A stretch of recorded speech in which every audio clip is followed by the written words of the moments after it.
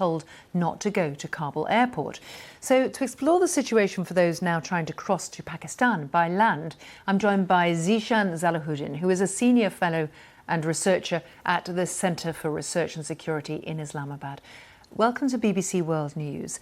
And may I ask you first about what it's like at the border. Is Pakistan able to control whether refugees come in or not? Right, so the border has always been a contentious issue for the longest time between the two countries. There's millions of ethnic Pashtuns that live on both sides of the border with families on both sides of the border. But within the last few years, Pakistan has been fencing the 2,600-kilometer border between the two countries to avoid precisely these kinds of situations. A couple of days back, the National Security Advisor, Mr. Mohammed Yusuf, who was just speaking on BBC just a short while back, also said that Pakistan will not accept any further refugees because we are at capacity. So by building that border, Pakistan does have better control of who comes in and out of the country.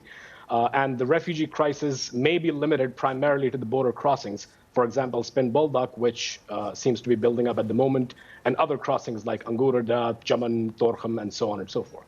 So how would you describe public opinion now about the prospect of an exodus of Afghan refugees? And also, I suppose, the optics is a terrible word, but the look of what is happening if thousands of civilians from Afghanistan arrive at the borders and are not let through?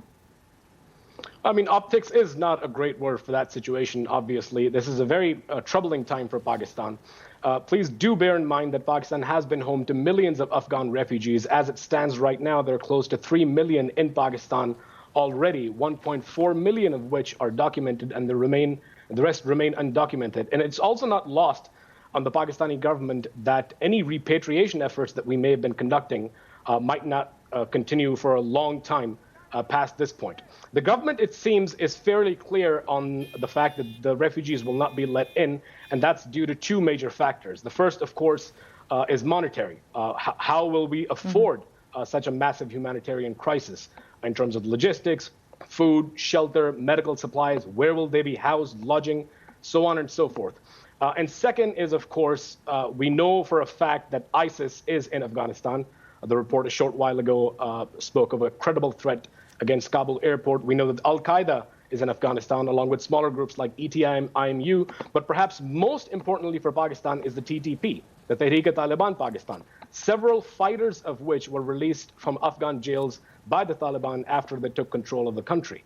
And there's a very real fear that once the refugees are allowed en masse, embedded within those beleaguered refugees, maybe some of these elements of the TTP, which is a hyper-violent terrorist organization that has wreaked havoc across Pakistani cities for many, many years. So as far as the public opinion is... Just to say, you've spoken very clearly, very vividly about the concerns, the fears in Pakistan about what might happen as a result of the Taliban takeover. I know that the foreign minister is talking to regional partners, is trying to find out, what can be done in a regional sense rather than Pakistan feeling it's on its own here. Do you think there's a possibility of an agreed land corridor or some regional approach to the many refugees who will build up on the borders? That's a very interesting question, Philippa. Absolutely. I mean, I think one of the main concerns that Pakistan has right now is to build regional consensus in terms of what to do with Afghanistan and what to do with the new government that is in place.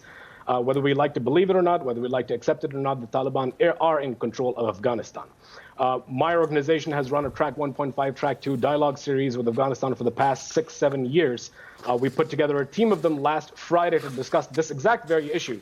And there was general consensus that despite the government's position on this, we should let refugees in. We should treat this as a humanitarian crisis with two caveats.